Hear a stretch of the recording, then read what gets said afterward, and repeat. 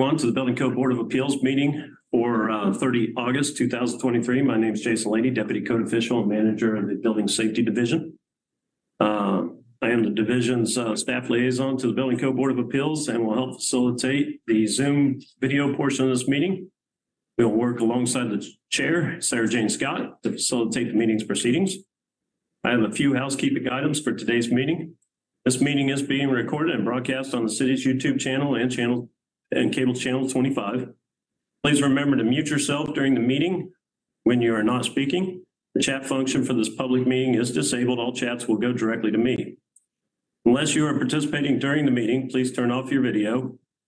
This allows the active meeting participants to be seen on the screen. You will be able to hear the meeting. When you are participating, please turn your video on. If you have any trouble, you can just send a chat to me. The city reserves the right to mute any persons or individual videos off to minimize distractions during the meeting. Board members, this meeting has been called for your consideration as to the appeal by Mr. William Lehman regarding a decision of the Building Safety Division requiring Mr. Lehman to utilize a licensed contractor in his remodel of the property at 1510 Wedgewood Drive. You all have been presented an agenda report along with supporting documentation from the Building Safety Division. Code Official Brian Jimenez will present the city summary of events and how the department came to this determination. At that time, Mr. Lehman will be allotted time to provide any response to staff comments as well as any supporting documentation and or justification regarding his appeal.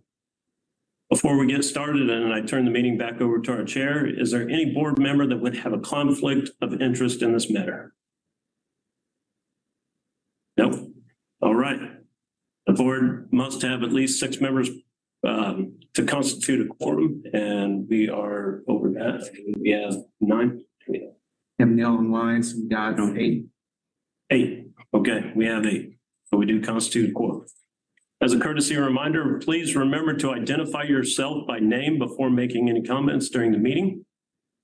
I will read the agenda item report before we get started. And then I'll turn it over to the chair. So this agenda item report, the recommendations are to consider upholding staff's decision to deny a third building permit to Mr. William Lehman, 1510 Wedgewood Drive, based on the facts outlined with the memorandum and is presented to the Building Code Board of Appeals. The executive summary is the Planning and Development Services denied Mr. William Lehman a third owner-occupied building permit for the one-story single-family house at 1510 Wedgewood Drive. Due to his inability to complete any work on the 2 previous building permits that were issued to him, Mr. Lehman has been directed to obtain licensed contractors for future building permits submittals for the property. Just real quick, Mr. Lehman, I did want to ask this question before we get started. We have had some previous conversations in which you had made note that this appeal was so that you don't have any problem with obtaining a future owner-occupant permit on any other property. No, that's not exactly correct. But in general, it's like there's 2 things. One is, of course, I disagree with the decision. And what the other part that I spoke to you about in the future would be for this property or any other property. So it's inclusive rather than exclusive. You just stated. So I want to make sure that's clear. Okay, that's fine. Other than that, yes. So you do wish to go forward with the appeal process? That is correct. Yes, sir. Got it. Noted. Financial impact or the alignment to the strategic plan is strong, welcoming neighborhoods. Financial impact has no financial impact on the city. The action requested by the board is to consider denying Mr. Lehman's building permit application as an owner-occupant submittal due to the facts as outlined within the memorandum presentation and require him to hire a licensed contractor to perform all work that requires a contractor to be licensed with the Planning and Development Services Department. So, question for staff: you say strong, welcoming community. The strong, welcoming neighborhoods, that is in the alignment with the strategic plan. With the city's. Could you explain that for us? Well, the city's strategic plan gives these. Parameters. Parameters. Guidelines. Yeah, guidelines as far as what the goals are to align. So building safety kind of falls within that strong, welcoming neighborhoods by building those buildings that are not a blight on the community, having those structures that, and same with code So enforcement. is the city viewing the permit then as a process for the elimination of the building? Well, that's in the agenda item report, is that there has been an ordinance or a resolution as approved by the city commission to demo the house. And how does the building permit fit into that? The building permit fits into that just throughout the case of that we allowed Mr. Lehman to proceed past that to allow him to resolve the situation instead of requiring the city to demo the house. But if there's a permit that's issued or not issued, let's say a permit is issued, is he now, or are you now prevented from taking the efforts to condemn and remove the property? Yes, and that was the goal. So if Was there's a building permit issued, I can answer that question. well, if there's a building permit issued, you're then precluded from destroying his building, or is that just evidence toward whether you can or can't? No, we would be precluded from removing the building because we would allow him to proceed on with the construction of the building. The process right now is that we've denied the owner occupant form, and that's where we're at here today. To decide whether we can deny the owner occupant form, and he is required to have a licensed contractor to do this work, because we have had multiple subsequent permits here where the work has not been completed. Right. And I mean, you would agree, sir, that you've had multiple permits and you didn't perform the work under them. I would disagree with that. You would disagree with that. There's, in the agenda, it talks about how I'd requested a electrical inspection. Mhm. And so, it was not done because of the weather. It was during, I think, February, March, January, somewhere in there. I don't remember exactly. I think it has in there. Okay. And so they canceled it, went to reschedule it again, and they said no. And so then that was the beginning of the other. So if we Okay, so that'll be an issue to discuss. Right. It is- So if we could, real quick, I'm going to go ahead and turn the meeting over to the chair, Sarah Jane. And then the order of the meeting that would happen at this point would be that Brian would present the city's stance on this and how we came to this determination. And then Mr. Lehman would be allowed to speak in his defense. And then we would open it up to public comment, and if there is any public comment. And then from there, the board would go ahead and have discussion. During that discussion, none of which you could ask questions back to staff or to Mr. Lehman, but we would not interrupt your discussion without a question coming from the board. And that way you could have the discussion, you can vote, you can make your decision and go from there. Yeah, at the conclusion of that discussion, someone would make a recommendation to vote on the matter, and then we would do that vote and go, and that would conclude the hearing. So I'm going to go ahead and turn it over to you, Sarah Jane. Thank you, Jason. So again, for clarity and for brevity, we'll start by, Brian will give us a brief history of the packet and where we are, which includes the denial of the owner occupied permit, not every permit, but the owner occupied permit. And then we'll deal with up to 10 minutes for Brian to explain how we got here, and then 10 minutes for you, sir, for your response. And go, if there another item comes up, like a demo permit, we'll address that separately, but we'll start with Brian's original packet information. Sure, I appreciate it. I'll Thanks. start now.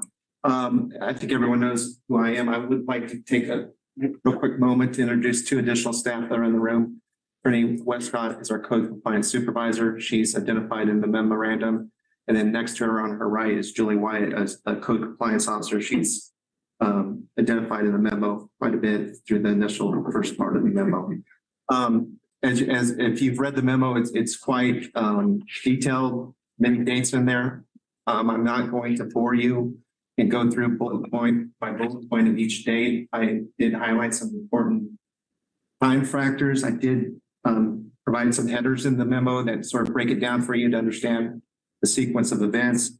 So I'm just gonna hit on the highlights and go from there. And then, like Jason said, if you have any questions for follow-up or clarification, I'll be more than happy to answer those.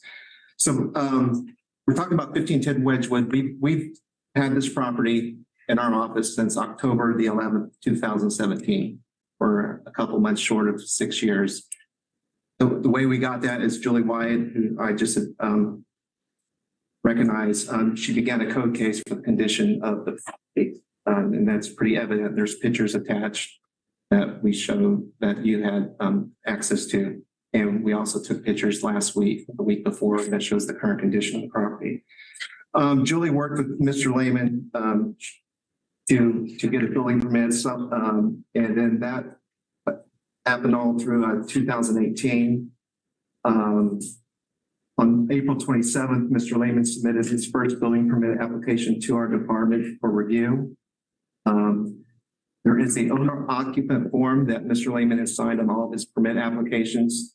There's language in the city code, chapter 5, article 17-07, 5-1707, that talks about license are not required.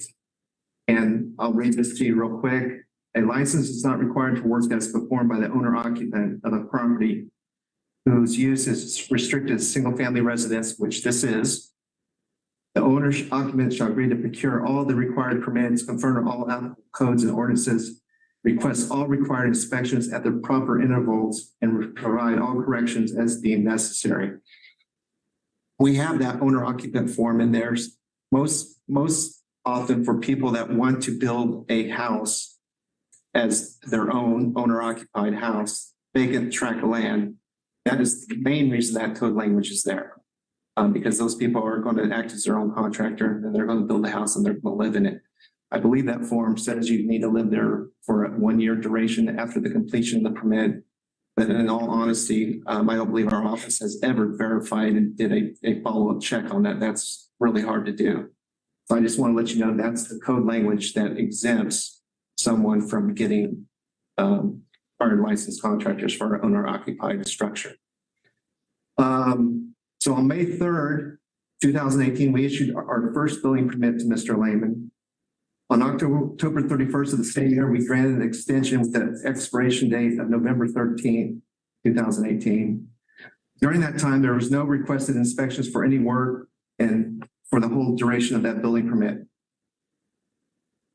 We granted him a second extension on that building permit with the date of April 30th, 2019. And Brian? Yeah. To verify that there was no work done, what did the city do? We track all of our inspections chronologically in our database. We will have the date that's requested, the date that's inspected, the inspector who did it, and what type of inspection it is. So with a structure like this, where it's basically the framing is what we got, it could be many things. It could be a stack out plumbing, a stack out mechanical, it could be electrical work, it could be additional framing that the owner did on it. So basically right now we have a shell of a building. So it may not follow the typical inspection protocol as you starting brand new. For example, a slab foundation, a footing, a basement foundation, and then, framing and all that. So that we track that through our system. And we have, I think track it through inspections. through inspections. Yes. That's correct. So we granted the second extension, with the expiration date of April 30th, 2019. We still did not get any type of work completed or request inspections where staff went out, looked at the work, and either denied it or approved that inspection. Julie White continued to work with Mr. Lehman.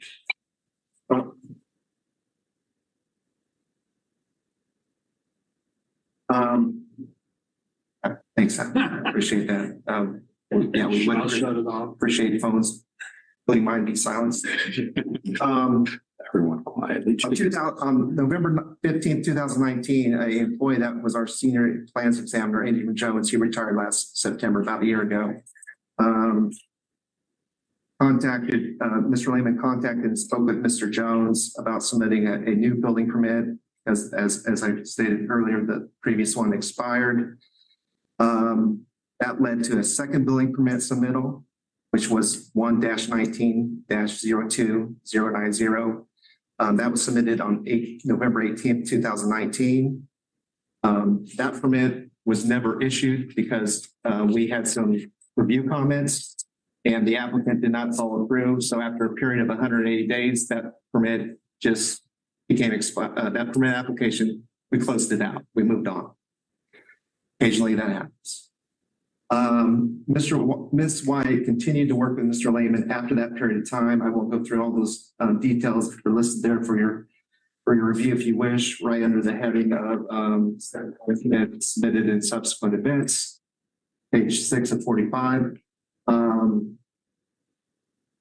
That took us through the end of 2019. That took us to 2020. On September 9, 2020, Ms. White inspected the property and once again, we found nothing had changed. I confirmed with Mr. Jones on September 9th, 2020, the same day, that there had been no additional contact with Mr. Lehman on our plan review staff. And therefore, we continued to a search warrant on September 23rd, 2020. We applied that through the Douglas District Court of Douglas County. We were issued it. We executed that warrant from that date. We took pictures of the interior and exterior of the property to show the dilapidation, deterioration. Those pictures are in your packet. Basically, as I mentioned before, the structure is framed. Inside, it's obviously not livable. It's not habitable by code. And so we did that inspection on the 23rd. On November 19th of 2020, I then took it to the Historic Resources Commission, which is often identified as the HRC. It is in the historic environs of the Oak Hill Cemetery.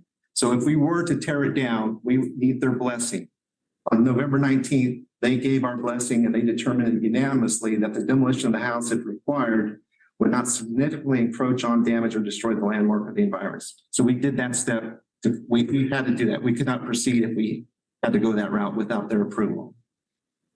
On April 6th, I presented a resolution 7364 to the commission, which set a public hearing date of June 1, 2020 for resolution 7368 to be presented to the commission for adoption, which would declare the structure as unsafe and dangerous in accordance with Kansas State Statute 12-1750.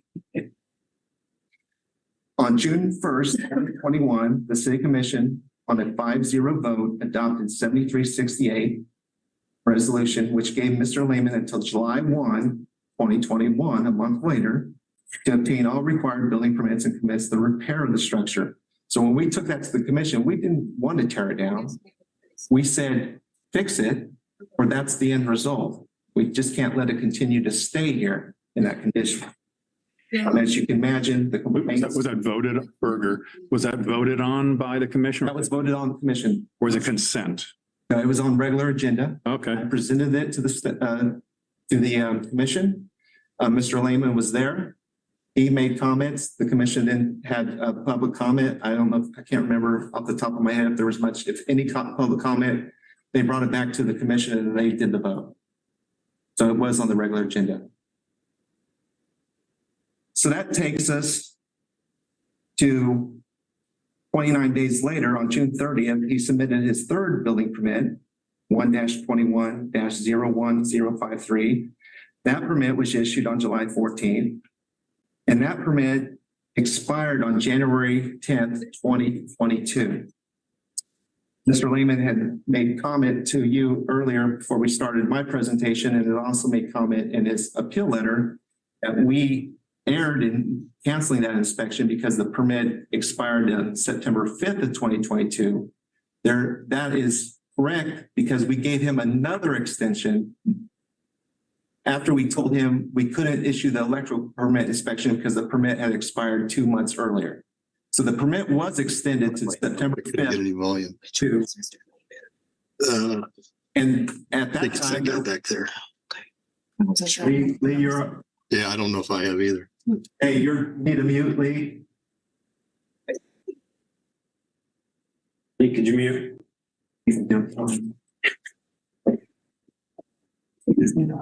So let me backtrack here. So on March 3rd, Timberly French, our plans examiner, emailed Mr. Lehman to advise the electrical inspection scheduled for March 7th was scheduled in error by one of our newer admin people in the front office. That's one of our, Jason, correct me if I'm wrong, that's one of our system failures. You can schedule a permit on a closed permit. Excuse me, an inspection on a closed permit. He caught it very quickly, and the email was sent out to him advising the permit was expired. But we turned around in good faith and gave him another opportunity with extending the permit to September 5th. Nothing happened during that next 6 months. That permit was then closed out. So that takes us to a May 17th, 2023 staff meeting.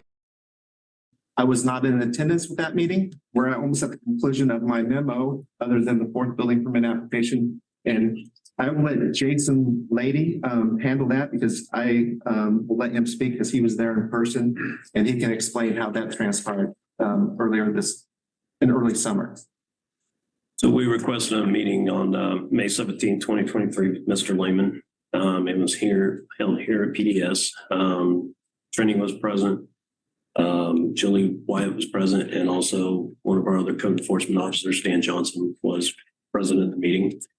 At that meeting, we had spoke with Mr. Lehman about whether he wanted to proceed with the owner occupant form or not. I had also advised him that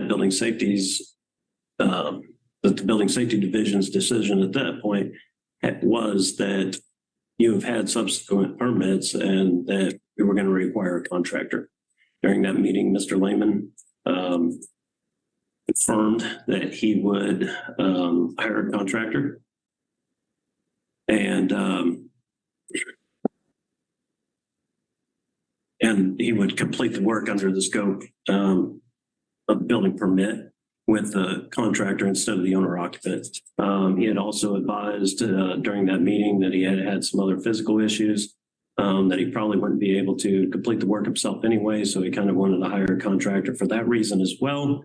But he was in agreement at the end of that meeting and during and at the end of that meeting that he would hire a contractor and agreed to at that point. Mr. Lehman agreed to the deadline of June 1st, 2023 to obtain the building permit. That building permit was not obtained by June 1st, but we also worked with Mr. Lehman because he submitted it on May 22nd of 2023 is when he submitted that fourth building permit application. So we also worked with him. We had subsequent telephone conversations as well, in which I had spoke with Mr. Lehman and talked to him about his appeal because he had discussed wanting to appeal the decision now of not being allowed to use the owner occupant form.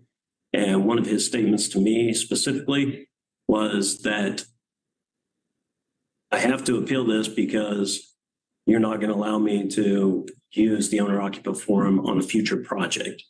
And I assured Mr. Lehman that that was not the case, that if he had a future residence and wanted to use the owner occupant form on another address in the future, if he was not going to be living at this one, then he could in the future, and it wasn't going to be a problem for us.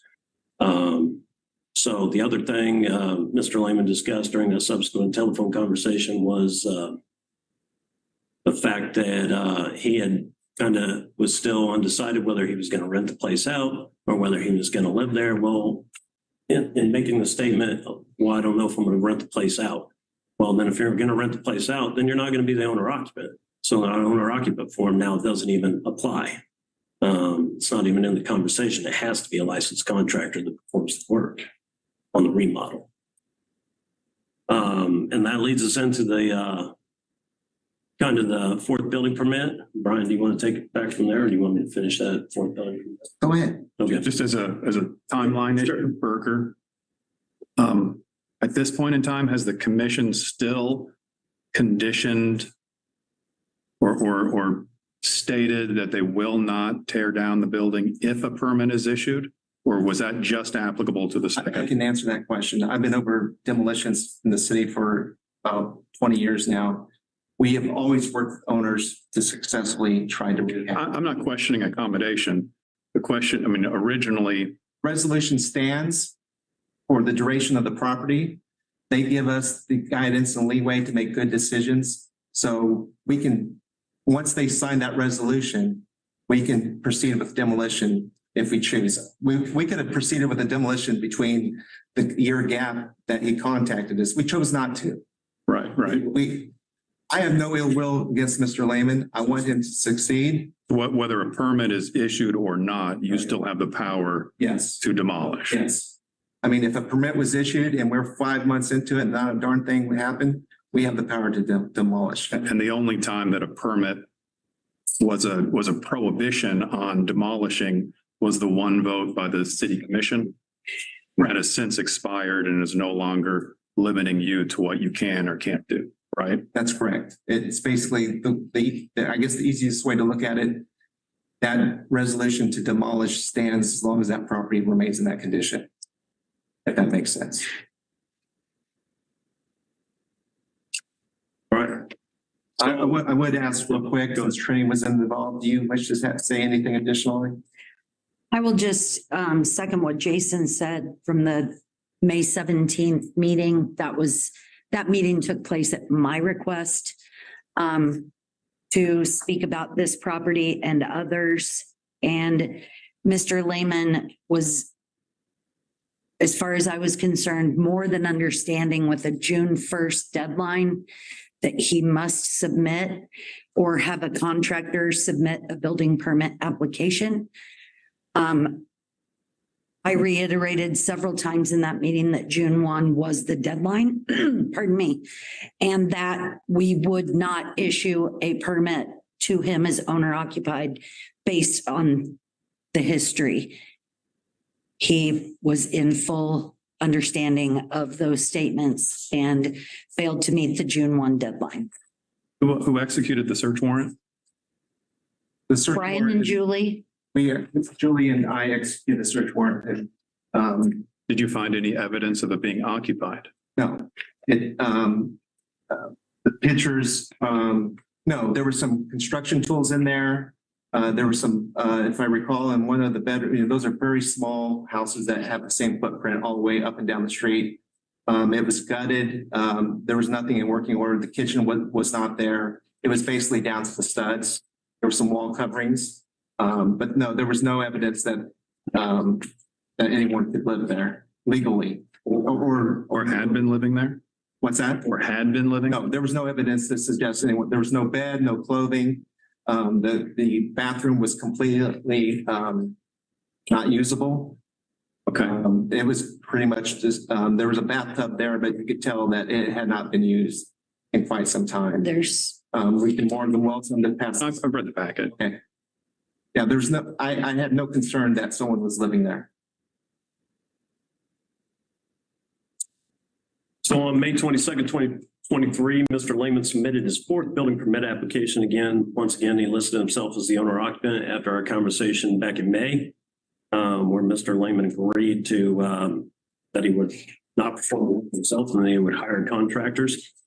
Mr. Lehman was informed the following day that the permit would not be approved without obtaining licensed contractors. Again, during those subsequent follow-up telephone conversations between myself and Mr. Lehman, Mr. Lehman had stated he was working on hiring a contractor, had not obtained one to date, was planning on backups on contractors and would continue to go down the list to hire a contractor. He talked about that he was probably planning on renting out the residence and not residing there, which I said earlier would negate the owner-occupant form to begin with. Per their owner-occupant form, the applicant agrees to reside in this dwelling unit for a minimum of 1 year from the date of completion.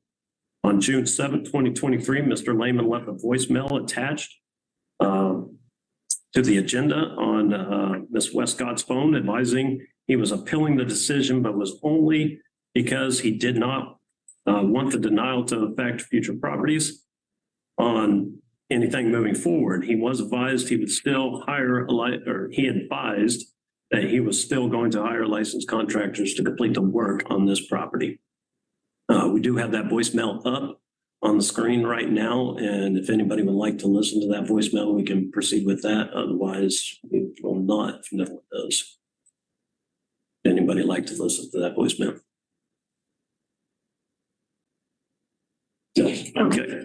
All right. Well, I'll let Code Official Brian Jimenez finish out the conclusion, and So I won't go into great detail. My conclusion, I think it speaks for it. So I think we have been very lenient, very forgiving and ability to work on these permits that were issued.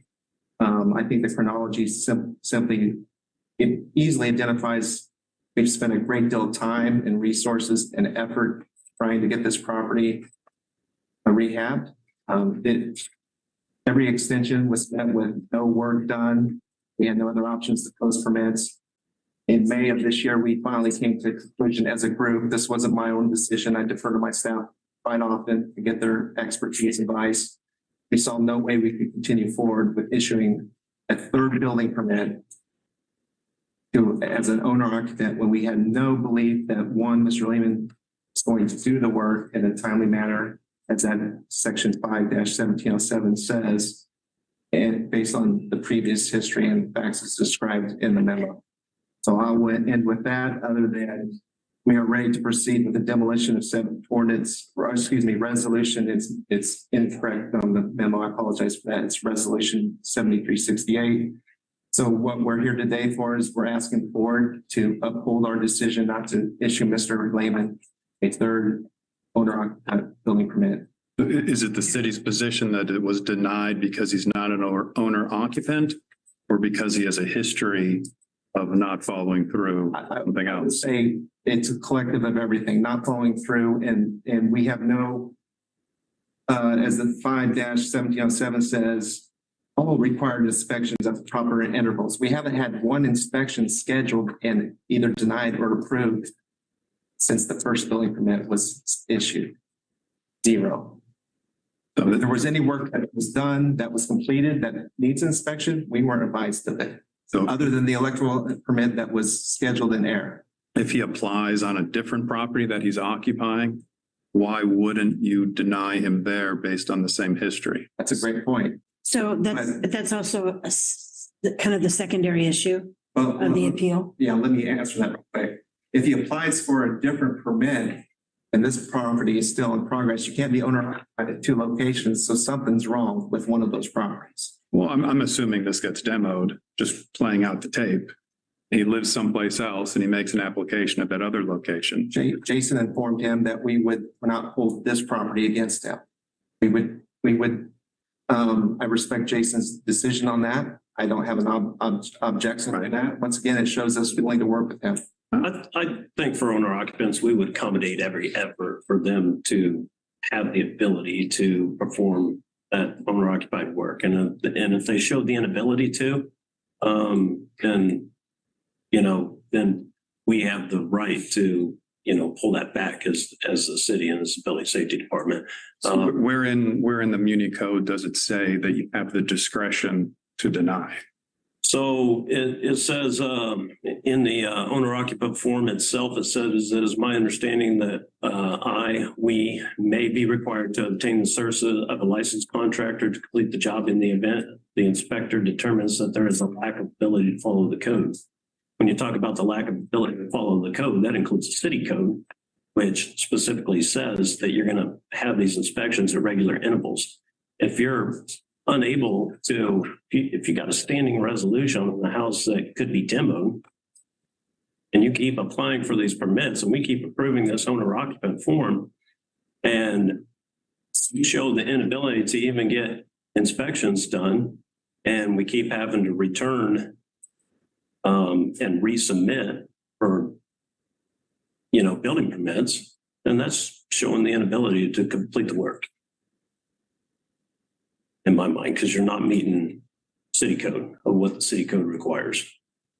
And that's not IBC or IRC in this case. IRC, we're dealing with the residents, but that is city adopted code, which the city has written and city commission has adopted. I have a questions, John Reardon, on the scope of the permits. Was there a drawing package of any sort or a scope package that the permit was based on? You had a list or some sort of series of information that says this permit is for X. You knew what should have been done by that. Yes, so there were permits that were approved. Yeah, sorry, Jason Lady, deputy code official, but there were permits that were approved. So we went through the full permitting process. And so the plans came in along with the application. They came in, our residential plans examiner, Janice Malter, reviewed those plans. She approved those plans and sent them back out to Mr. Lehman as the owner occupant to perform the work. John, if I may expand on what Jason just said, if you look at the building permits, they're varied in valuation and scope. Another point of mine would be, I don't think any of those building permits that were issued were accurate in scope or evaluations. There's rotted roof rafters that weren't identified that need to be replaced. So I mean, the scope, I mean, that's one of the issues when you issue an owner occupant. I think it's fair to say that we get more discrepancies in that than we do a general contractor for the most part. So one of these permits I'm looking at right here, the valuation was $2,500. I think everyone in the room will agree that $2,500 isn't bringing this property anywhere near to a habitable state. So I think don't quote me that. I think there was one that was set another. Anyway, I think you get the gist of my point. Okay, I guess the question, the point of the question was there a finite scope of work that said he was going to do and was or was not completed? Yes, so, okay. So those plans were submitted, here, approved, and released to Mr. Lehman and active. Okay. So it would not have been a subjective thing to say you're done or you're not done. It's here's a scope of work now presented. You said you were going to do it. You did or not do it? It did it. Yes. Okay. Be brief as I can be, insulation, sheathing, windows that meet energy codes, fixing the roof, the carport's about ready to fall down, restructuring that or taking it off completely, light fixtures, outlets, electrical, plumbing, kitchen sink, everything. Okay. Chairman Scott again. So Mr. Lehman, sir, if you could respond to the reason for your appeal to the denial of specifically the owner occupied permit, this last owner occupied permit, and its denial is the issue right now. Okay. That in your appeal. So if you could respond to that part of it. Okay, let me make sure I understand what you're saying. So you want me to address why I'm appealing or? Why you're appealing the denial of your owner occupied permit. Okay, so not just as I've already articulated to ensure that I'm able to do it later. So in other words, are you asking? Later is different. I'm talking about a different issue as doing it later. Well, that's what I'm asking. Do I get to do the defense of of what he just said, or are you asking that specific question? So why are you on what grounds are you appealing the denial? Oh, okay. All right. Just want to make sure. Okay. So there are several reasons, like it's already been discussed. The first one is I haven't dealt with Jason before, but I've dealt with Brian many times. And so I have no confidence in anything that he says. So when Jason, who works in that with them in the department, says, it's okay, don't worry. If you get denied for this one, you'll be okay for any others. Now, on legal advice, that's not necessarily true. And so denial for one says you don't possess the abilities to do this, which leaves me open for any other that I might want to do. Not only that, it leaves me open, even if the work is completed on this property, to get another one for it.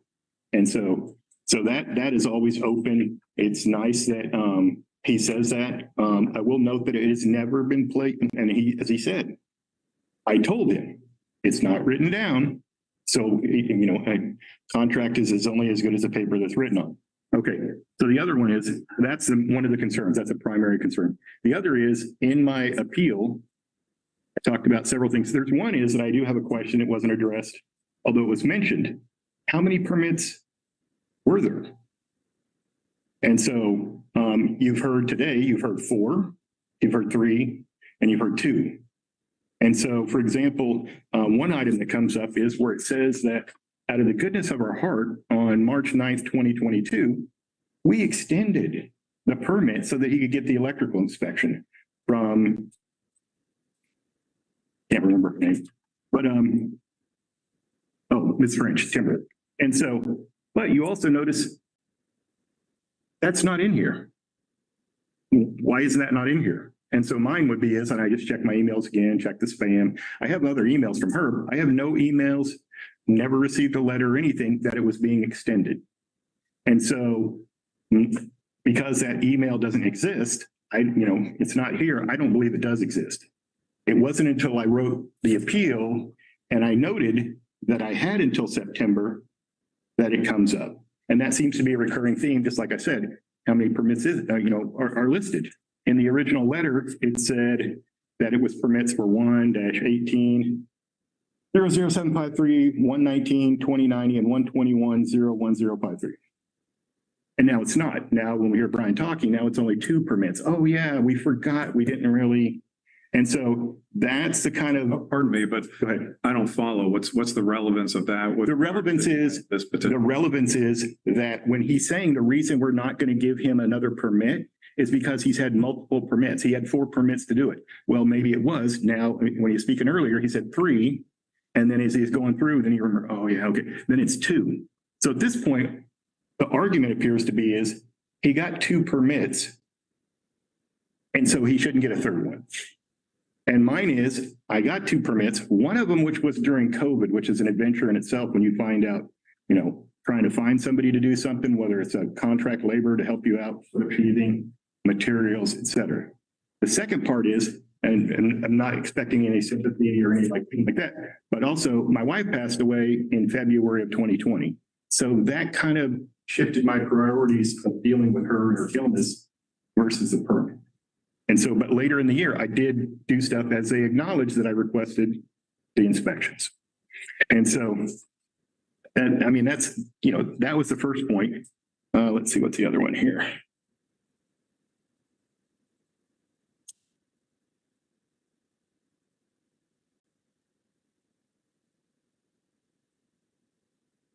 Oh, so the other is in the letter that it says the reason you're being denied is for the inability to complete the work and or follow all applicable city codes. And so as I said in this, which is it? One of the things is it's either and or it's or. It can't be both. And so when you say and you say or, that means really it's neither. And so their denial, yeah. But it's one of them where, from a legal point of view, they always tell you never do that, pick one. And so, but they did. And so for me to address it, and it's like applicable city codes, it doesn't really say that. In the actual thing, the application, it says to follow the code, not codes, code, which is the building code. And so one of the things is going back that there has been a history with Brian, and again, not trying to sound conspiratorial, but going back, for example, the city commission where he presented, one of the things he said was there's no utilities to the building. Not true. And so there are utilities or were utilities to the building. After the commission meeting, Brian went to the water department and had the meter pulled. But there was water prior to that. So when he told the commission that there wasn't, that was not true. And that can skew, we don't know how it skewed their view, their opinion, but it may have.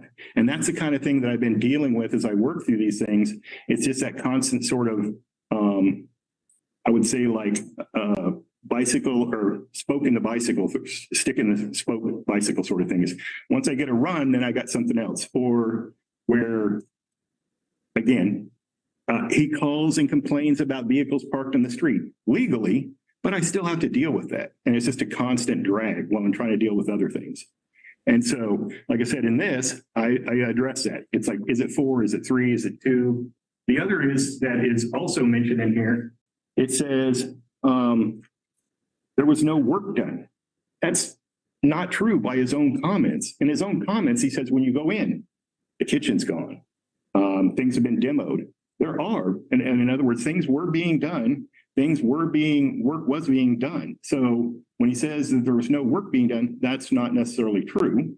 And again, like I said, the electrical was, inspection was requested. And pardon me, you just said not necessarily true. Is it true or is it not true? Good point. It is not true. And so for that one, overly polite, less accusatory. It was true. Work was being done. That's not the problem. The other one, for example, is that was mentioned, like some of the roof, the Raptors. Okay, well, that is over a period of time of one of the things of doing demo, when you remove the soffit was there before. When you remove it, you're like, okay, there is a problem there. And that was one of the things that I removed it. I observed that. So that's another thing that was listed, not in an earlier permit application, but in a later one. And so things were identified and that was worked on. Another example that he gave was he said that the varying values. Well, if you look at the permits, the varying values go with the varying activities that were being done. And so as the city's focus became on redoing the sheathing and the other stuff, it changed. So that was the focus of the exterior of the building, that sort of thing is. And as that focus changed, the dollar value changes.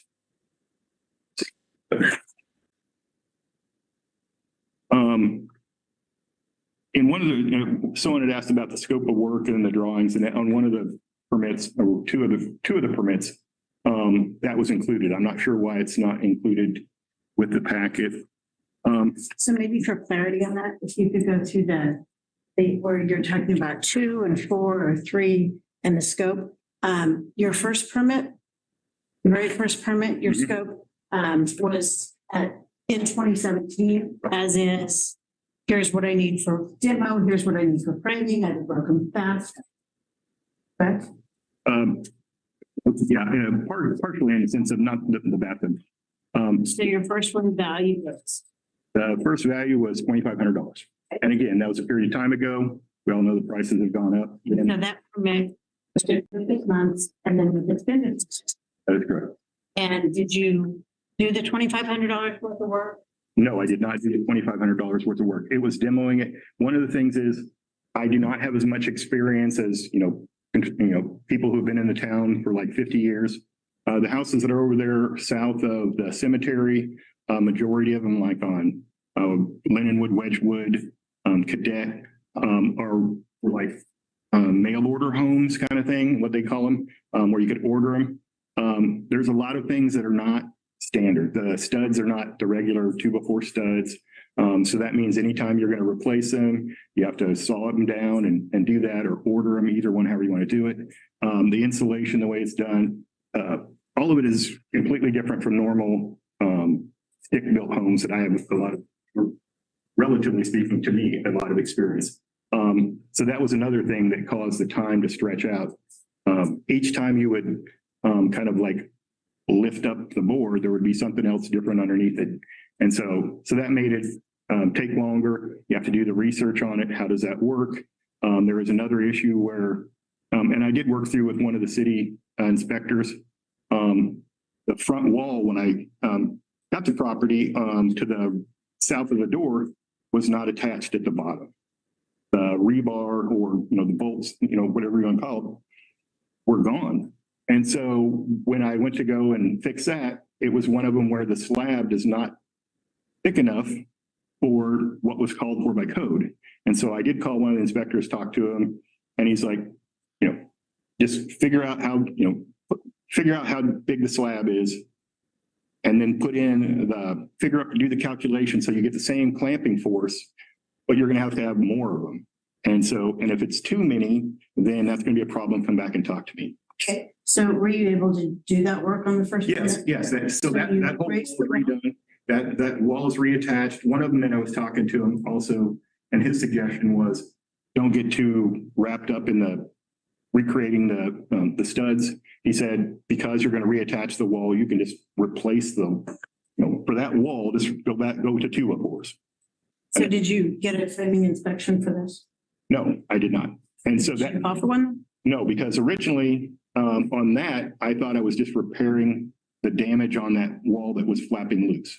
And then as it's, like I said, you lift this, and then I talk it to him, then I started doing the whole wall, working on it. I got like 2/3 of the way through, and that was when Julie noticed it and brought up the issue and that sort of thing. I'm used to being like out in Lynn and Miami County back when I was growing up, where you could literally throw up a whole house. So, so then that permit expired with no inspections. That is correct. Okay. And then you applied for another permit? Later, yeah, the second permit. The second permit was issued? Right. Oh, no, it was, okay, so that one, the sequence, trying to match them up, that, I'm not sure if it's a second or one of them in there, it was applied for. And then as we started going back and forth about what needed to be done and everything, there was other stuff going on. And so at that point, that one was never issued. Okay, so that just the work to be done, the valuation and the steps needed to get to an inspection, it was never in the permit packet, so that permit was just not issued. So it has a permit number that's out there, That is but correct. it wasn't an actual issue. Yeah, yeah, I actually had the number, but I And didn't. then the third one was issued, Yes, the third one was issued. and your valuation on that was, I don't remember off the top of my head. I think it was like 7,500, and at that or it point, could have been, It was 75. yeah. and at that point, you know that you need electrical, you don't have sheeting, and now you have the problem with the rafters. Yes, And so those are in your permit. yes, I believe so. I'd have to And so double check. then what work did you get done towards that? That was a 6 month with a 6 month extension? I disagree with the extension part. In other words, from when I submitted and everything, in other words, the sense of it is in there. And so, but by their own comments, that I was denied. And So so, did you get the sheeting and the stuff on the walls and the framing done? okay, let First me one? way back. And so I requested a permit extension. And so, but I was told no. And then, like I said, and then the inspections were denied. That was the last I heard of anything. Now, what we were told earlier is that Brian said that the permit was extended, but I was never informed of that. If I was, I would have just called in and had them come out and do the electrical. So were you ever given one of those permit cards? Yes, So what's the first square? just off the top of my head, I don't know. Probably like slab, either framing, Yeah, I could be. some sheething, Yeah. something to protect the rough end, like the electrical. Oh, no, the electrical, all the electrical is replacing the meter plug on the side of the house. Okay, so back up for this. What happened was, a branch had fallen on the wire. And so I called, the electrical company because it was charged. And so they came out and so they disconnected the wires. And so, but when they disconnected the wires, what they didn't say is, instead of having them just hook everything back up, I wasn't there when they came out. So instead of just having them hook it back up and that sort of thing, is they disconnected it. Their rule is if they disconnect it where it hooks to the meter plug, that has to be in compliance, and they have like a list of the certain models and all the other kind of stuff. And so that had to be replaced in order for them to reconnect the electric. But the electrical plug itself, I mean, that's an exterior electrical item. So was the meter replaced? It was, and then I put it back to the old one after talking to some of the other contractors who said, paraphrasing in a nice way, if you're in that fight with them, if you didn't get it inspected during the inspection period, you don't want to have that replaced out there, because if they come out, they will jam you up for that. Or actually, they said but But isn't that was the electric company's safety guideline that you can't have this other thing, you have to have a new one. yeah, literally. In other words, if it wasn't for the electric company, the old one was fine. The only thing was, the problem was the mast was broken. And so the actual meter plug itself was fine, the old one. So the work is done now? No, that's what I just said. It was done, but after listening to enough contractors warn me off, I put the old one back up. Because it was never inspected and I don't have a permit. In other words, I don't have a valid permit.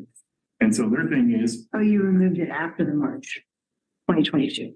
Right. And so their thing is more graphic, it was basically, it's like, he's going to F you up because you can't prove that you had that done during the permit thing. And so, and I heard it from more than one. And so at that point, I'm like, okay, I'll just put it back. I'll do the permit. And without sounding kind of silly, but it's like, I'm getting pretty good at putting it up and everything. So it's like, that's not hard or anything. If you've done it the first time, redo it, get the permit, put it back up, good to go. It would be. And so then you have a fourth permit application. That's correct. And the value on that is, That is the 7,500.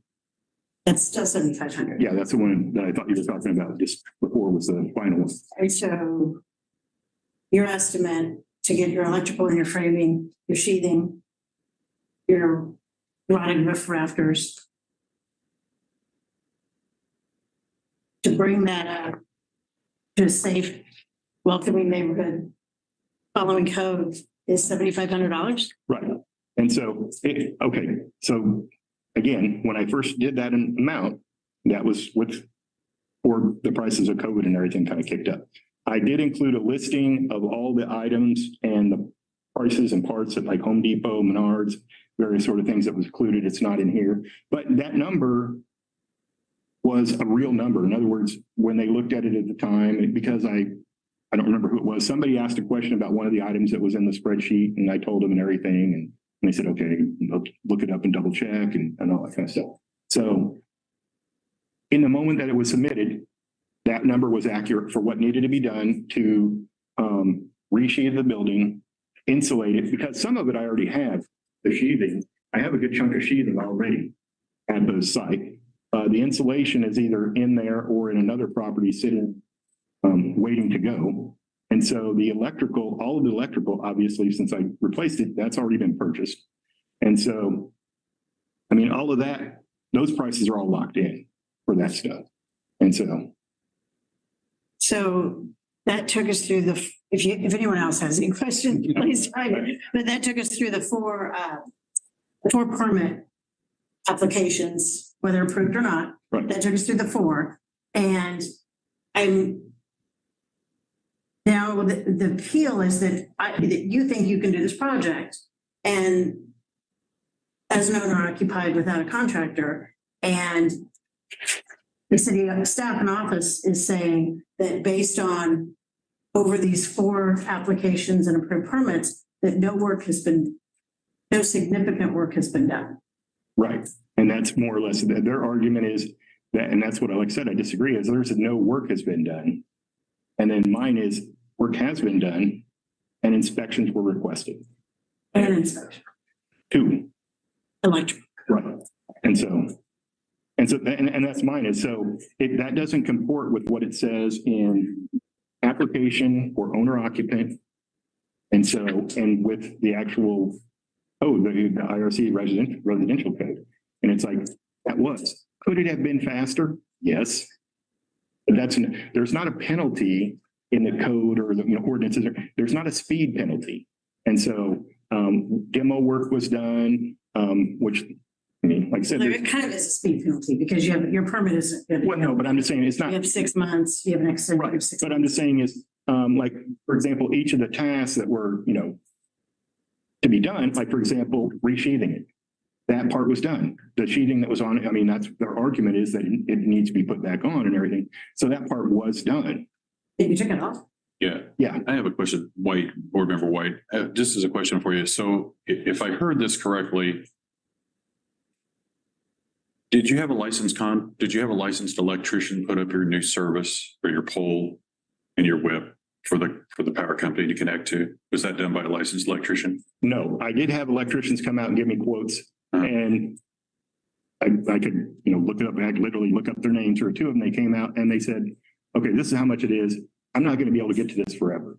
So, and they said, it's easy. Was it a friend of yours that put that up? No, that was mine. Well, okay, but you said you had someone come and put the new unit up and then you made the decision to remove it because it was going to. No. I'm sorry.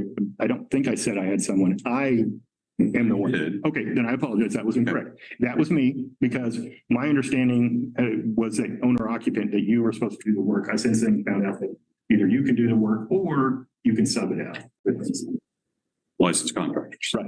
Mhm. So what I'm saying is that it sounds to me like you had someone put up the new service and then you made the decision to take down. No. That service. If I said that, I misspoke. I am the one that put it up. And so if we're talking to the electricians, who, like I said, both said probably do the same thing, where they're like, it's that, pull that off, stick the new one up, hook it up, you're good to go. And it's like, otherwise you're gonna have to wait X number of months before I can get to you. But yeah, that was mine. Yeah, I'm I done. think it's time to call the court. Yeah. Okay, it's, Okay. we're done. Yeah, I would say so too. No, but to be clear, you did say that your appeal, one was the appeal to not be able to get the denial of the owner occupied. Your second issue was moving forward on other permits and other properties. So that we're not, the quorum is voting on that now. You still got a second issue Okay. that we can address separately. Correct? Like, No, that has nothing to do with, Yeah, this, it has nothing to do future with permits. doing future. And may I speak real quick? Yes, Jason. Jason Lady, Deputy Code Official. I believe, don't quote me on this, but I do believe that in my most recent email to Mr. Lehman, that I put that in there, that we would allow him to have that. You all do not have that email, but that was my most recent email to him saying that we would allow that owner occupant permit on another property in the future. So I do believe I put that in writing. However, if I did not put that in writing, that is something that we would gladly put in writing, because I think, again, we would accommodate any owner occupant on another property to be allowed to, if they're going to physically live there, if they're going to show the ability to perform the work, if they're going to do and abide by the code, we would allow that, Yeah, Berger, I mean, I appreciate that, but as far as the city is concerned, only the city commission can make those sort of statements that people can rely on. So that's nice to say, but it's not enforceable anywhere. Other than, your personal character. No, I appreciate that. Yeah, I mean, But I think my character speaks for itself, sir, and I appreciate that statement. But yeah, I'm not maligning you. no, I'm not. So on the applications, is it 5-146 that determines when a permit is granted or not granted? That's the only thing I could find. I would have to take a look at that, sir. I couldn't answer that right now without looking at the city code of what 5-146 is. I mean, you could read it to me, gladly. It just says application for permit, and to obtain a permit, you do these things. And then the review, the action on an application 5-147 is the examination of what was submitted and if it just complies with those elements. So obviously a permit application is submitted, then we review and make the appropriate comments based on our review comments or the approval. But the owner occupant comments are actually under Chapter 15 of the contractor licensing program. That's where those into that. Are there any other board questions or comments? Ellen? Are we closing the discussion? Is that what you're? That's what I was implying. A little bit more discussion and then we're done with that. Open discussion. Okay. I think we need a motion before we can close discussion. Yeah, you need a motion to Yeah. close discussion and bring it back. No, we need a motion that we then discuss. Correct. Can I make Okay. Can I make another quick comment? Mhm. My apologies, Jason Lady again, but I just want to make sure we are on Zoom and we are on the city YouTube site. Is there any public comment out there that needs to be stated before we proceed? No public comment, so I'll turn that back over to you, So Chair. Alan, are you making a motion to discuss? Yes, I am. And is there a second? I would second. I have a question. Did I get a chance to finish my presentation? Because I was watching the clock and I didn't get 10 minutes before you started asking your question. And so I just wanted to make, Brian had a chance to summation. I don't have anything else extended conversation. I just want to restate my main. Okay, Okay. would you like to restate that? Yeah, and so mine is, in the letter of the denial, the reasons that were given, the city has not met their burden to deny an owner occupant permit. Even in the form itself, it says that the inspector determines there's a lackability. There was no inspector. I mean, that's one of them that's in the form itself where it says the inspector would, there is no inspection. There is no inspection form in here that says I inspected. The person has an inability to do the work. And so, like I said, it says, what it says in the letter denying it and what it says in here, the department did not meet the burden for a denial. And so that's the main thing. Jane, if I could make 3 quick comments, Mr. Lehman stated, the work I was referring being done was work that would turn the house into a habitable.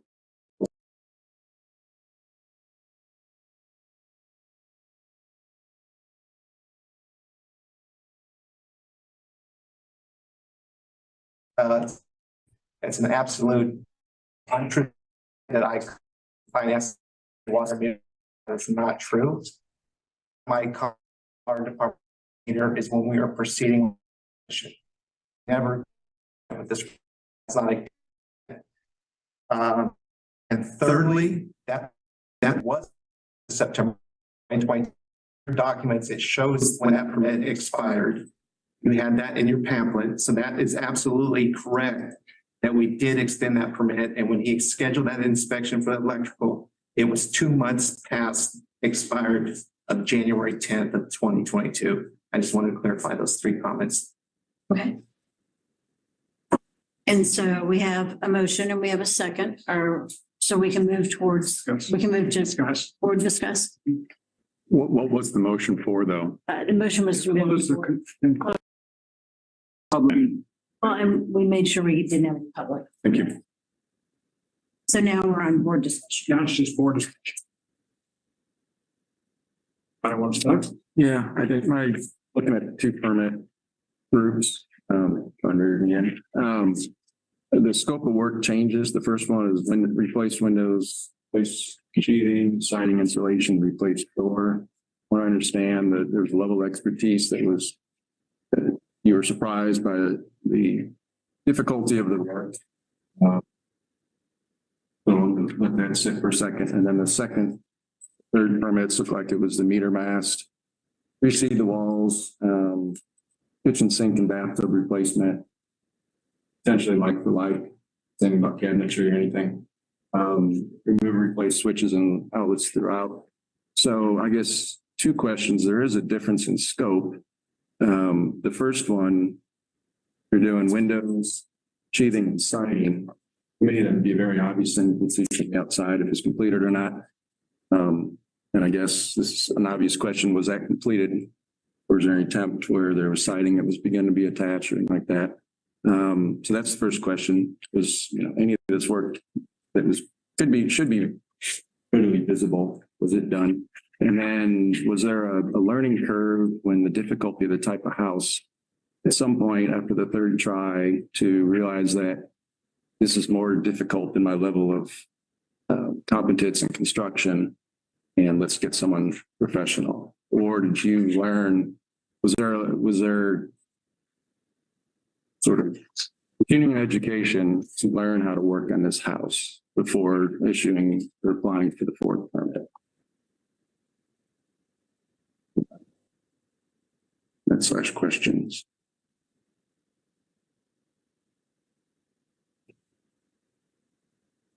Good answer to No other discussion?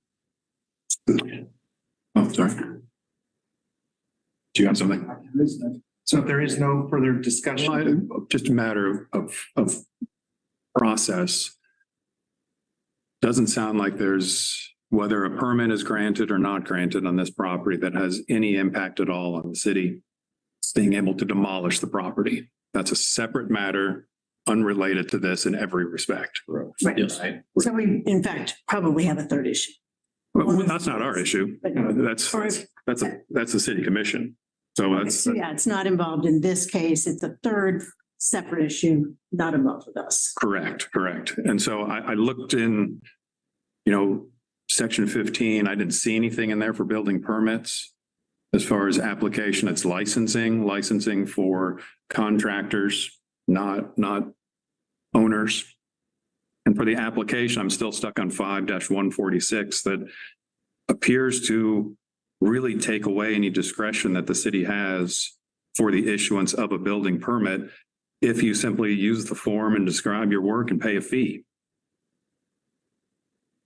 And since it has no bearing whether the permit is issued or not on what seems to be the city's ultimate goal here, which is the removal of the building, and there's no discretion, at least under 5-146, 147, as to whether or not it can or can't be granted. I'm uncomfortable on giving the city the authority, no matter how well-intended it may be, to decide in its discretion that individuals, and respectfully, as unique as they may be, will or will not be eligible to receive building permits. Could you restate again? It's a long way away. Oh, I'm sorry. Yeah, so the building permit application process appears to be limited to one section, which only requires the submission of a form, filling out information and paying a fee. And then if you do that, the city has to grant that permit. No, the city doesn't have to grant the permit. They can still ask for review comments. They can ask for, there's specific pieces that. Other data and information as required by the building official. And it's on the application. Like, Well, these are the requirements. These are the boxes you have to check. There's certain pieces that can only be done by licensed professionals. And there's certain pieces that as an owner occupied, specifically for that property, if you're going to live there, you can do the work yourself. Well, that must be a different section then. Because what this says is you identify and describe the work covered, which that's kind of nothing. Describe the land. Can I read this section real quick? Is it 146? No, sir. Which one? So this is section, well, let me go back up to it. A, B, C's, D's. This is under contractor licensing.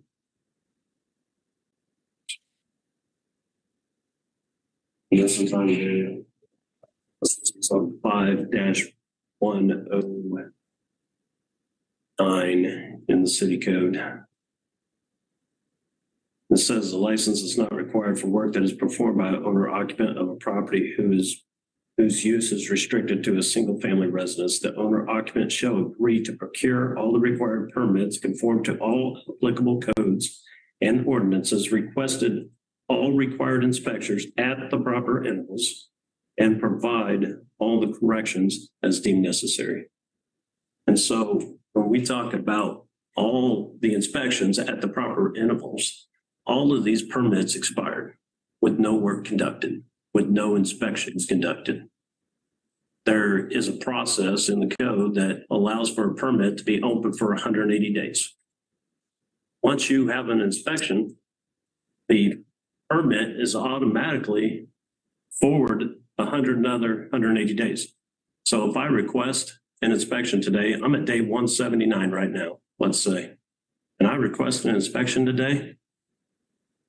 Once the inspector comes out, whether it's pass or fail, doesn't matter. I request an inspection.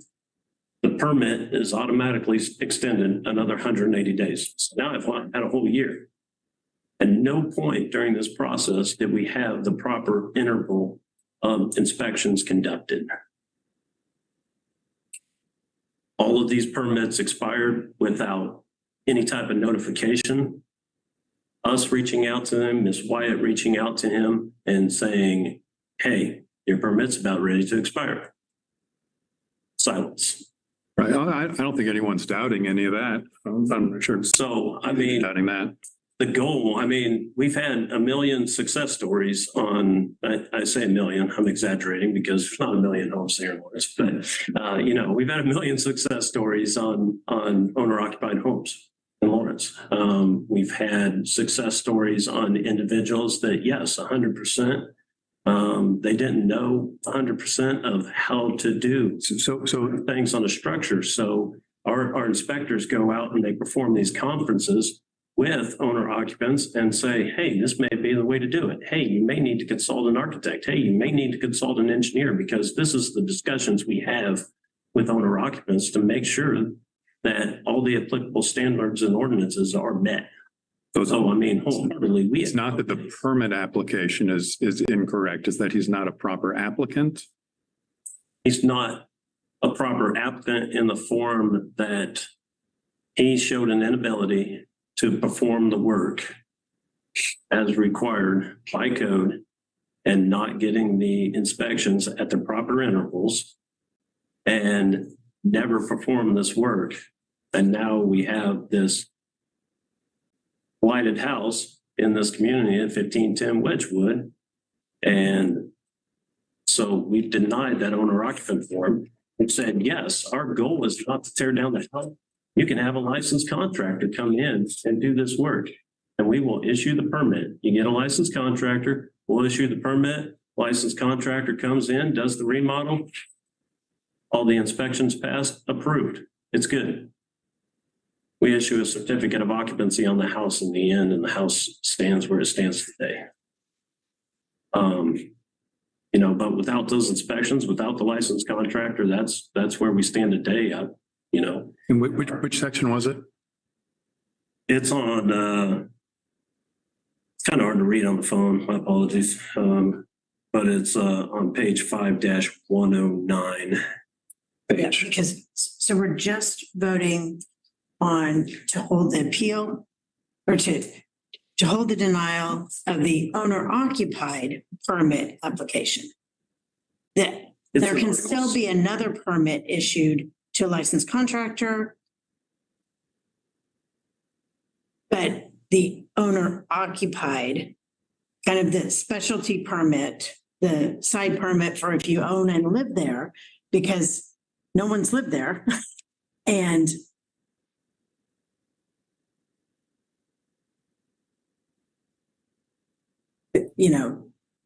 strong welcoming neighborhoods is part of one of the city tenants that to improve the community. And a blighted house isn't in a strong welcoming neighborhood. It's not a part of that. So the process is to try to get that house up to. Isn't that a separate issue though? And that's what the city commission's already decided, So that it should be torn down. that it could be torn down, Could be, because it should be. Yeah. but the permit's being denied because the applicant is owner occupied, hasn't followed through with the last three attempts. So the fourth attempt is denied. Future permits aren't denied. If it's a contractor, it's just not the owner occupied side of it. Right. So we're just looking at, are we going to vote to uphold the denial of the owner occupied only section of this? And other permits can still be filed on this and other properties, as we're saying it's a separate issue, but. And the reason for denial is that no progress has been made. So no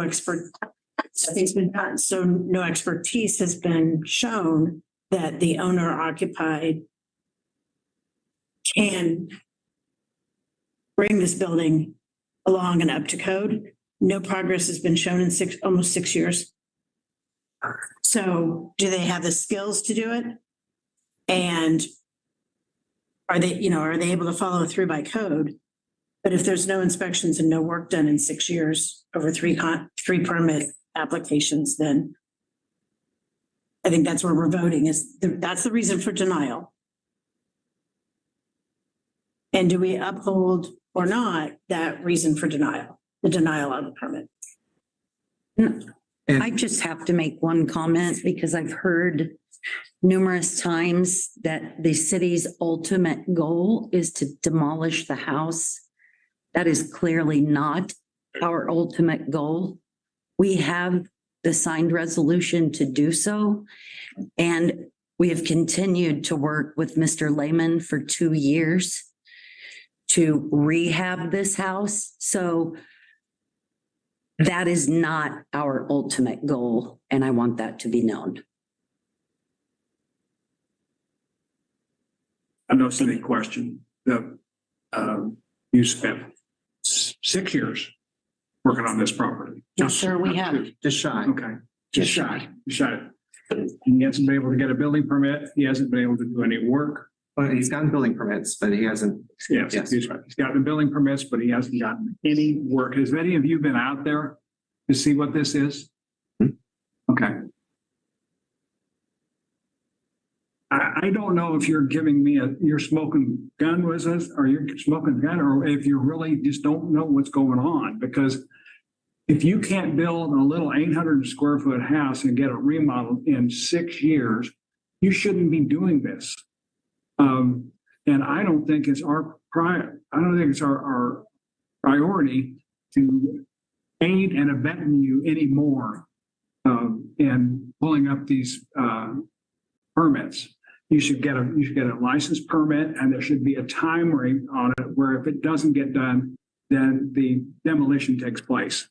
And you can't be affected that other than just get the demolition done or get the permit issued and the work begin. And I'd like to just add to that, Alan, that's exactly what the demolition permit is. And to piggyback on what Ms. Westcott said, we could, once that deadline of July 1, 2021 went by, we could have demoed the house the very next day. We did not.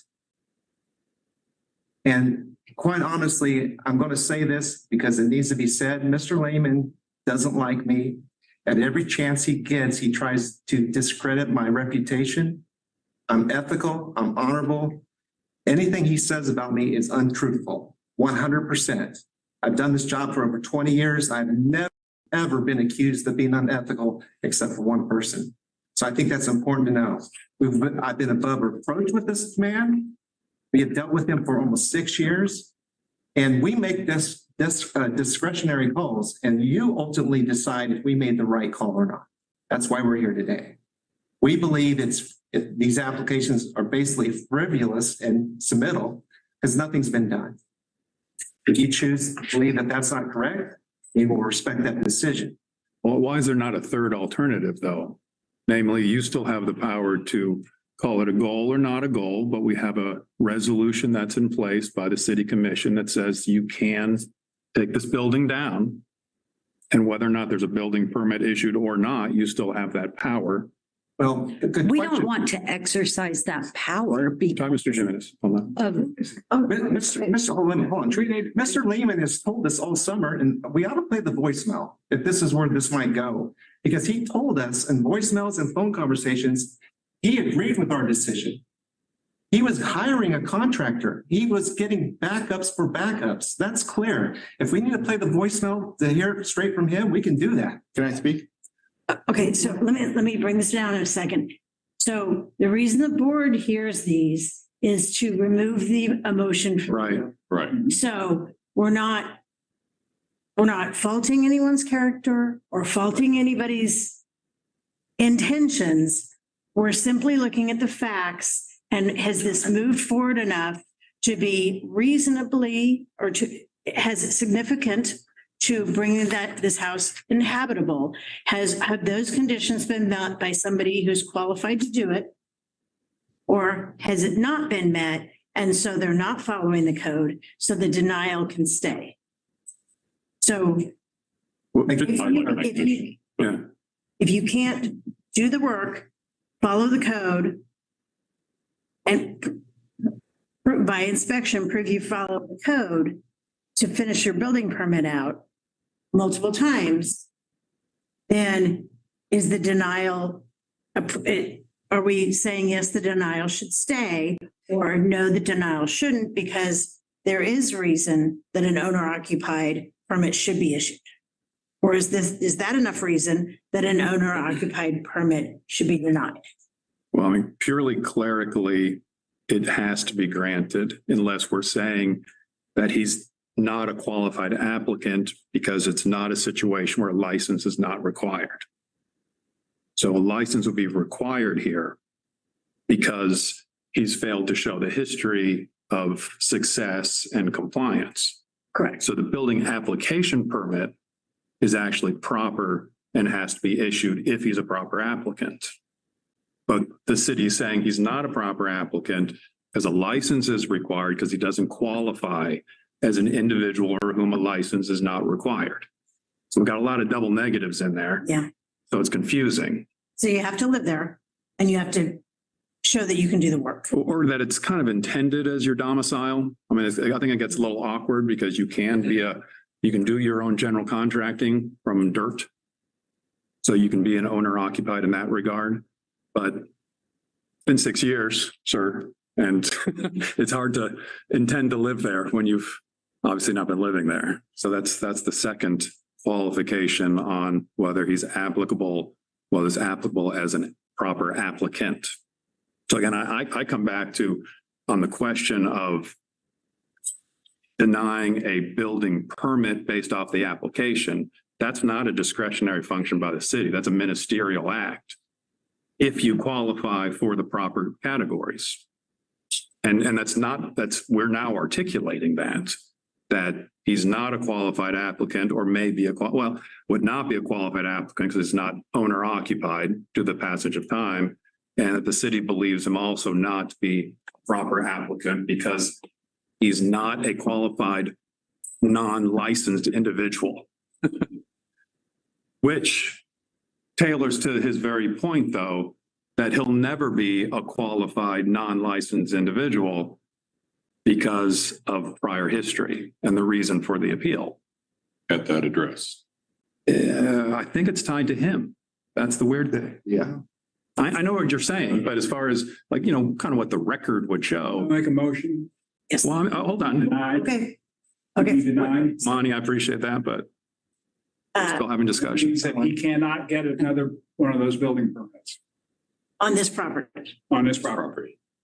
But, who knows? Well, I think you make. You could be a licensed contractor I think you. on another property. I'd like to make a motion, close There comment. you go. Just for this. What? No, let's stop. No. Well, we have to give some guidance from a liaison standpoint. Just giving guidance from the liaison. Liaison standpoint, which we need to do before that motion Close is discussion. closed discussion. Okay. And then. My objection is, Okay. I have to sit here and I've tried to follow the rules as I understood your bylaws. And then I have to sit here and let him take shots at me and I can't address. And here's the occupant thing is only once it's done. And so obviously I can't stay in there till it's done. There is an intent for that of going, my daughter's out. And so wife passed away, smaller house. And mine is, I agree with what, that was my point. My whole point is when you're talking about the ministerial function, it's and when I hear you talking about the reasons, that's not what's in the denial letter. My understanding is this is the denial letter. This is what I have to address, whether or not it's valid or invalid. And I did address that. And yours kind of has the flavor of Monty's sort of thing, is not with the same vigor, but of changing what is in the denial letter. And so, and that's my question is, I showed up here to address this. And then some of the other things that are brought up are not relevant to the denial. Okay, and so specifically in so to keep your comment going, specifically in the denial letter, you're here to appeal which specific stance? The items that are listed. We closed public comment. I want to continue this? No, the question is whether someone seconds it. I'm not hearing a second. Second. This, yeah, it's gotta be, you gotta have I have a second. Do I have a second? Yeah, you did. You did. Who's the chair? I'm the chair. So Shouldn't you let her chair then? there won't be any more discussion. So he made his motion Doing that. and there's been No, it has to be voted on. a second motion. And all in favor of closing discussion by motion? Aye. 2, 3, Aye. 5, 6, 7. Okay, so we've closed discussion. So now it's up to voting on the issue that we have. I'd like to make a motion, I vote. And we have a motion to call a vote. And we have a second? we need to know what the motion is. Yes. Motion to vote. Motion to vote. Motion to vote on what? Well, I think the motion would Approve or be, deny. Okay, there you go. so yeah, he has to say his motion is to approve or deny Thank you. the Thank you. denial. Deny, What is- deny. What is it denial? Is your motion to deny my appeal based on these items? My motion is to deny exactly what is going on here, which is just basically that More. I think You have to, I think better would be, you're motioning to call for a vote. Yeah. I think the better, I'm not telling you what to say. Mhm. I think the better motion would be to uphold staff's. Okay, Okay. fine. I motion, yeah, that's exactly, I make the motion to uphold the city's staff's motion to deny. Second. A second. Thank you. And I'll call for the vote. By hand. And can we see? Where'd he go? Where's Neil? Got Neil? 1, 3, 4, 5, 6. So I would recommend, Sarah Jane, all in favor, yay, with the hand up. Oh, okay. All in favor. opposed, nay. Yay, with the hand up. I got the vote count. Yeah. Is this yea or nay? This is yay with the hand, Okay. nay is quiet. All right. 1, 2, 3, 4, 5, 6.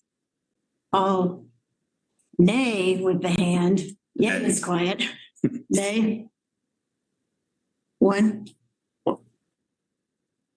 So the board approves the staff's decision to deny the owner occupied permit.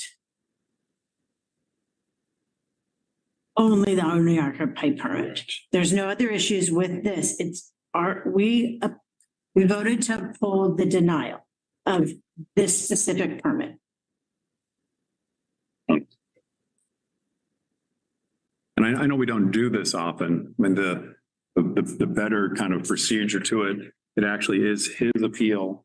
And we'd be ruling on his appeal as opposed to city action. So we have the same, Yeah. we have the Trying to content of it, but it's his burden to prove things, not the city's burden to prove or defend anything that way. But we've discussed, we've gotten to it, and a decision's made.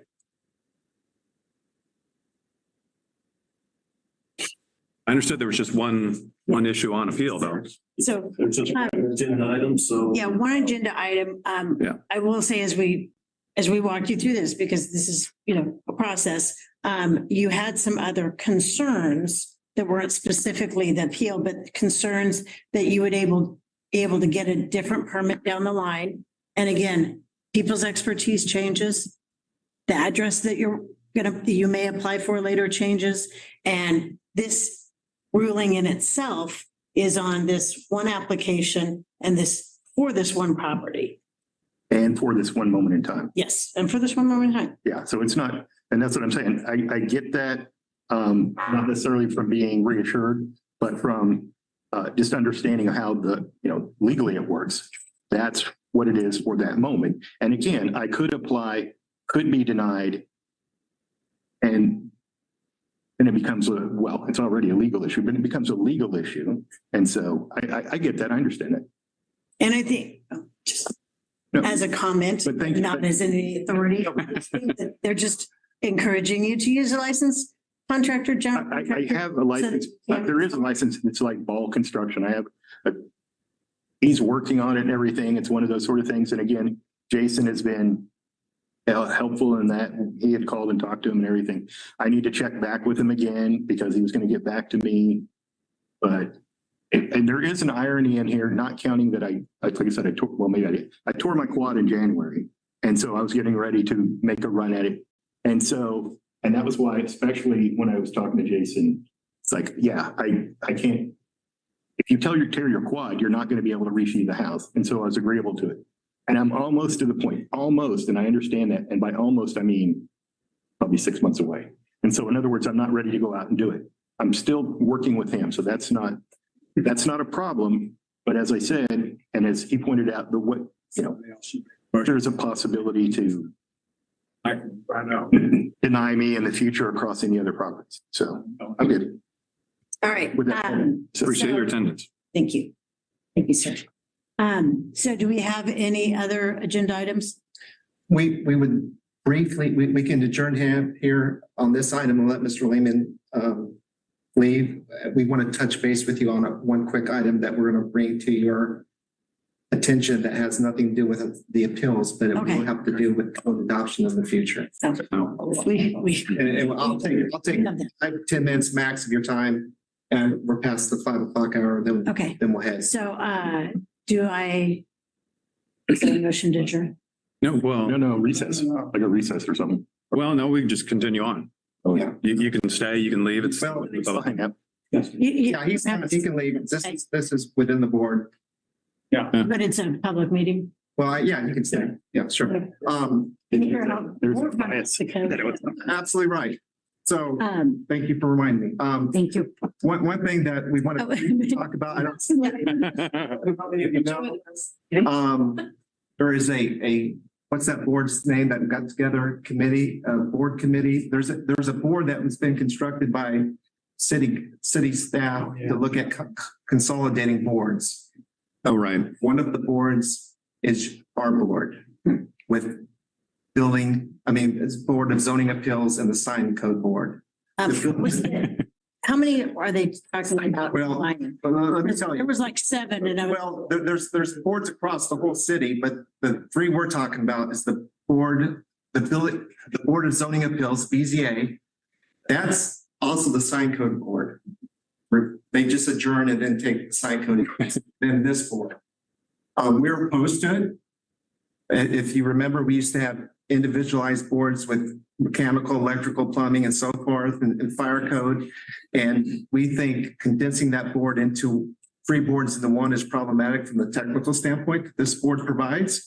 So we are going to be opposed for that proposal. And honestly, the consolidation into this board was a technical problem in and of itself. Yes. Yes, so not telling you what to do, but if you want to pay attention to that, and as a board in general, if you want to submit something in writing, I'm telling you to do that. That's more than your right to do that and voice the official position of the board. If you guys can come to that conclusion.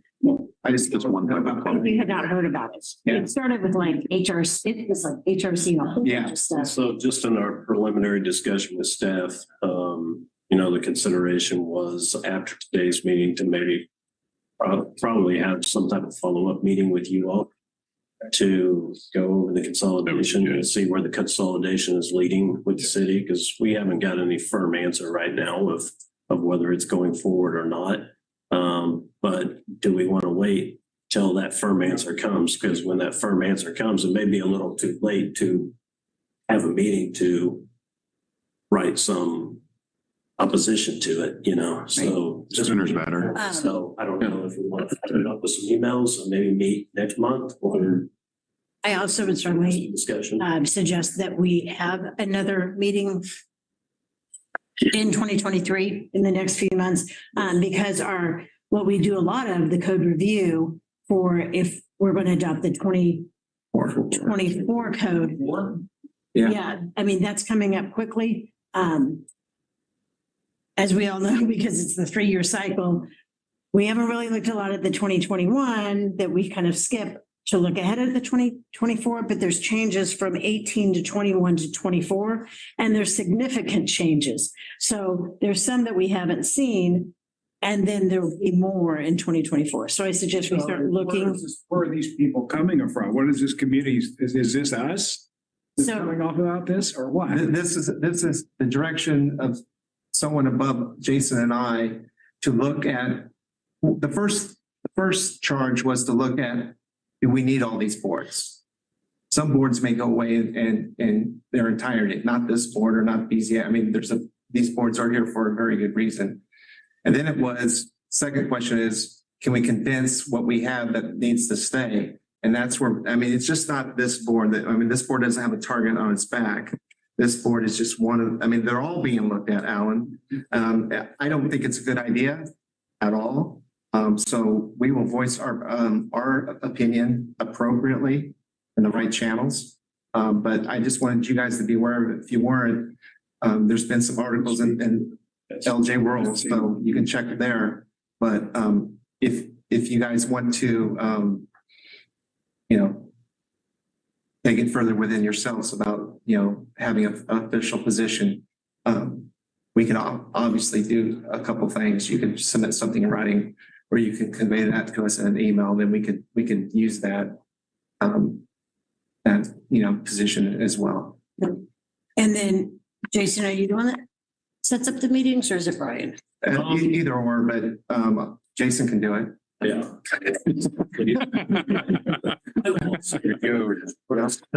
For the staff liaison, so Okay. it doesn't matter.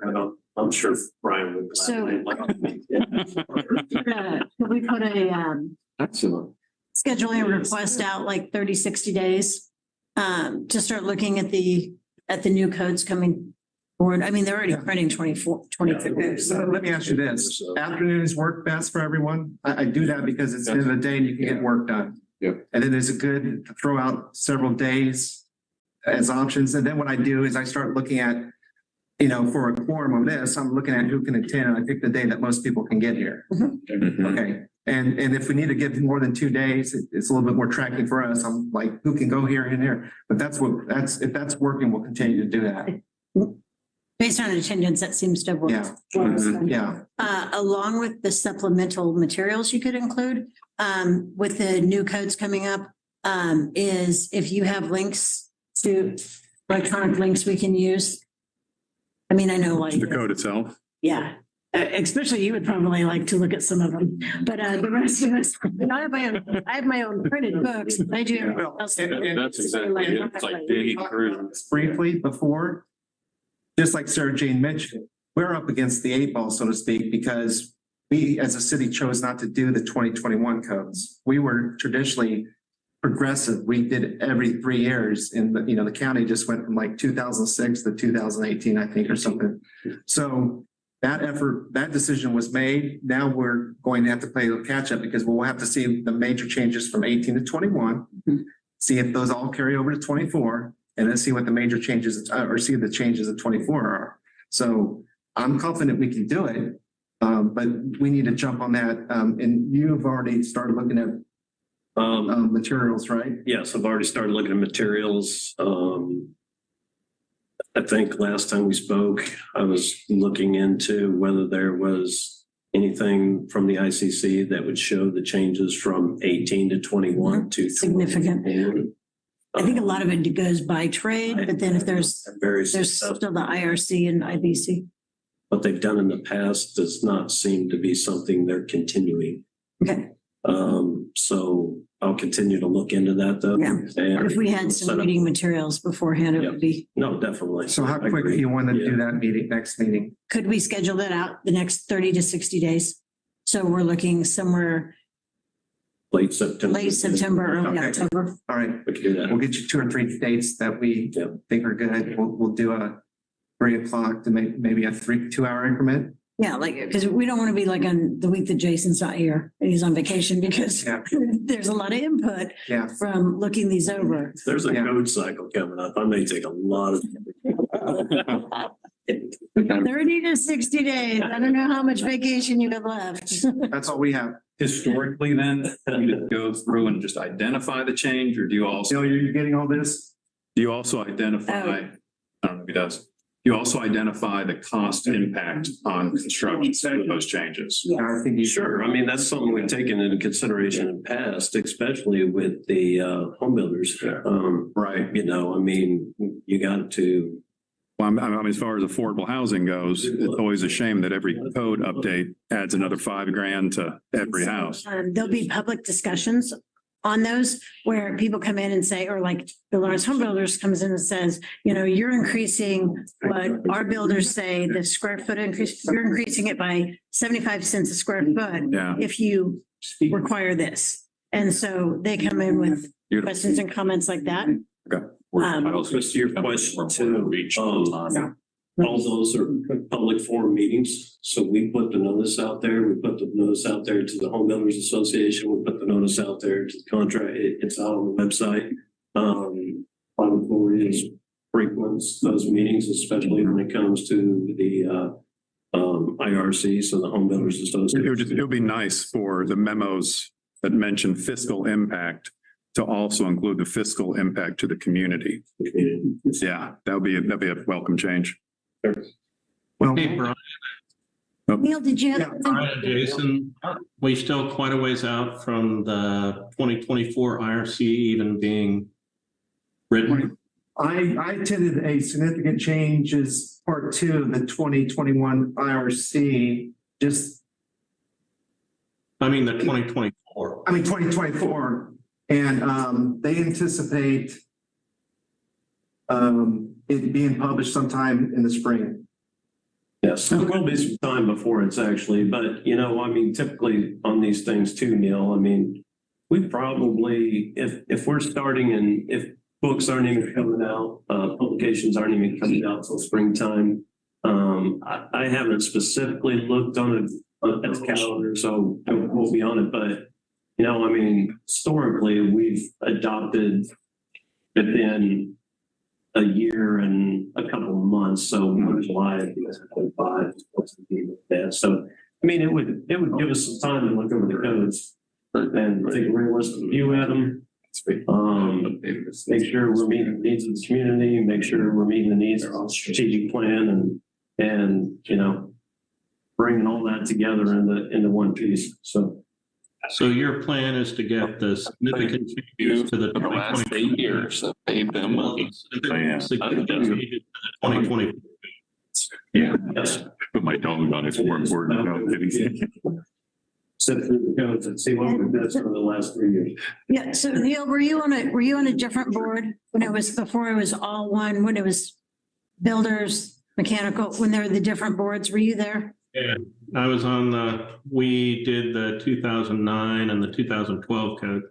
Yeah. So remember where you had you have 5 contractors, there were 3 mechanicals, there were 3 electricians to Yeah. kind of divvy up the work and think through it. There's Yeah. one of us each now. Exactly. I'll do the legal Yeah, part. see, that's the discussion we need to have in one of the next board meetings is how do we want to break that up? How do we want to get that? Do we pull maybe some outside sources in to help have these discussions, but the board be the one that is still the adoption process that's either going to yay or nay the changes to the code.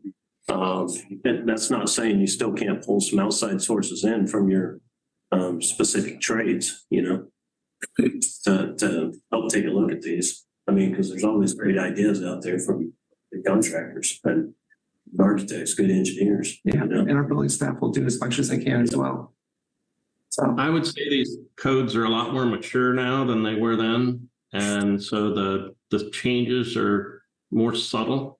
So Although there's some of them coming down that are somewhat big, but there's also a lot of information out there. Like when you were talking about the cost to make the change, there's, you know, the National Association of Home Builders puts out their ridiculous number, and then, you know, PNNL will put out, you know, data as well. And so you can look at this stuff. It's not like we have to sit down and calculate it all. It's not that hard. and Sarah Jane, if you want to make him the chair of the subcommittee. Yeah, so moved. You can do that. I said, so. Thanks for volunteering, Neil. exactly. I'm glad I'm not there. Quick, mute. That's mute him. So we can vote. That's what happens when you're not. That's what John said. Last, we voted you. I have Yeah. a couple of years ago, I became aware, I think, that once a code is adopted, it is part of the public record. Okay? So anybody has access to it that needs it, since it's adopted by Lawrence. That's correct. Could you find out if that's true? That is true. So you have a website down there, we could, Well, city clerk is required to have every city code at their office for review. and If someone comes to our office and wants to view a code, we will do that, you know. we obviously want to copy it. Well, that's the problem. There's a copyright infringement Well, thing. that's where I think that kind of overdid, but if you could get some information about that, I would appreciate that. Clarify exactly what you're. I We think can, once a code is, or an ordinance becomes an ordinance, okay, like a code, then it becomes part of the public domain. And that anybody can have access to that, okay? So you can get a code, somehow get a copy of it for your office or for your pickup truck or wherever you want. Well, what happens right now is when we adopt the 24 codes, we will amend, most likely have several amendments. The amendments in those code sections that are connected to those amendments are the ones that we put on the city website for viewing. Now, we'll also have the full code book in our office with those amendments for you to review. Okay. But that's a city attorney question, really. That's what I mean. Yeah. Do these get up? We could follow up. Yeah, We can follow up on that. Yeah. Thank you. Definitely. I see. There's a lot of money, guys. So do we have any other agenda items? Do we have a, Sorry to throw that out on you. Guaranteed. do we have a motion to dismiss? I have a motion to dismiss. And do we have a second? I'll second. Yeah. Well, All right. Adjourn. Dismiss. vote on that. Thank you. All in favor? Aye. Fingers up for that one. Thanks, Neil. Yeah.